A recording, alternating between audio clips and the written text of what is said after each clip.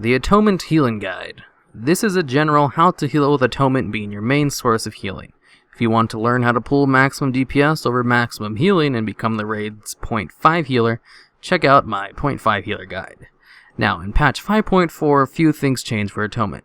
Rapture was changed to only give back the cost of the shield instead of mana based on spirit, so it's no longer a mana gain. Spirit Shell was only changed to last 10 seconds, down from 15. Divine Insight was changed to proc 100% of the time every time you use penance instead of the old 40%.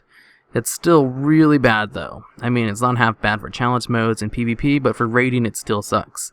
And Twist of Fate was changed to proc at 35% health from 20% and is really good now, especially in Siege of Orgrimmar where almost all the fights are ad heavy. Talent should be changed often depending on the fight. There is no set cookie cutter set of talents that works best for every fight. That being said, generally the best 3 talents to take are Solace, Power Infusion, and Cascade. Rarely is Mindbender ever better than Solace. As an Atonement healer, you should be using Holy Fire off cooldown, and this talent will make it free of cost while giving back mana. Now at 18% haste, Mindbender will hit 13 times and give back 62,720 mana. Shadow Fiend will hit 8 times and give you back 72,000 mana, but since he can only come out once every 3 minutes, you divide the 72,000 by 3 for 24,000 mana per minute. Solace can be used 6 times a minute for 1% per use, which comes out to 18,000 mana per minute. Holy Fire at 5 stacks costs 22,680 mana per minute to use. So with Mindbender, you get 62,720 mana per minute, but subtracting having to spend mana on Holy Fire comes out to a net gain of 40,040 mana per minute. Now Solace is a net gain of 18,000 per minute, but you also have to add Shadow Fiend, which is an additional 24,000 mana per minute for a net gain of 42,000 mana per minute.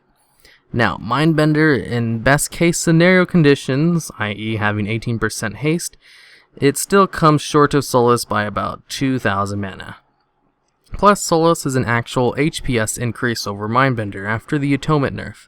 Solace will heal for 100% of the damage it does, while Holy Fire only heals for 90%. That's because Solace has its own separate effect that works just like Atonement, but is not technically Atonement. Now for the choice between Twist of Fate and Power Infusion. Twist of Fate should be taken for any fight that has adds that you don't have to go out of your way to DPS. Atonement Priest double dip from the buff in that it increases your damage increase of your healing and increases the healing increase of your already increased healing by 15% more. Power Infusion though is always a solid choice and can be taken for fights with timed burst healing phases. For the last tier of talents, Cascade is good on every fight no matter what. Divine Star is good on fights where your raid stacks often because one Divine Star is more mana efficient than her Prayer of Healing, and can be used off cooldown without going unlike Cascade and Halo.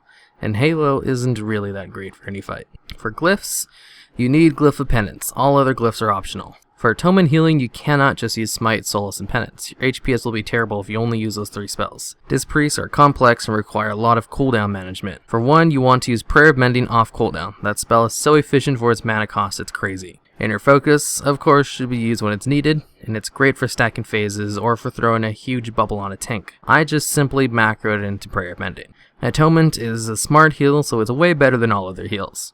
If a DPS accidentally steps in fire, you would have already healed him the moment his health went down, before the other healers had even time to react. It's also a great heal for spot healing the raid when you're spread out and are taking major damage. Now, Penance is your big heal. Each tick of Penance hits harder than a Smite, and it hits 3 times in a row, so Penance is your number 1 priority. Solace should be kept off cooldown after Penance. It hits about as hard as Smite, but is instant cast and puts a small dot that has a tiny bit of extra healing. It also heals for the full amount it hits for instead of 90%.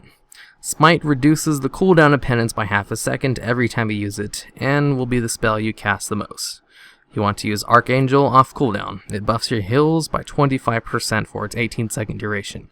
Now remember, this increase goes above the Atonement cap. Atonement is capped at 30% of your health, which means it will not heal for more than whatever 30% of your current health is, which is very hard to get to. Dispriests do not have a quick raid save, unlike all other healers, but Atonement smart heals can save lives because they will hit everyone who is within range of the boss, which should be everyone. No other healers have this kind of range when it comes to healing. Now, a question I get asked most often is when to use Spirit Shell as an Atonement Priest, and the answer to that, of course, is when you need to. If you want to pad meters, simply use it off cooldown and spam a couple of prayer of healings. The best time to use it is when you know your raid is about to take major damage and you want to add a little buffer to the raid before it happens. It can also be used during stacked AoE healing phases, as it won't overheal like Prayer of Healing can. And if you have the 2-set bonus, you just want to use it off cooldown for the crit bonus. Now to recap, Archangel is your friend, Penance is your best friend, and do not ignore Prayer of Mending. Your stat priority is Spirit, Crit, Mastery, and then Haste. If you feel like you're ending fights with way more mana than you need, then you can reforge out of Spirit until you're at a more comfortable amount. There is no set amount of Spirit you need anymore, and the amount you really need depends on your playstyle and how good you are at conserving mana.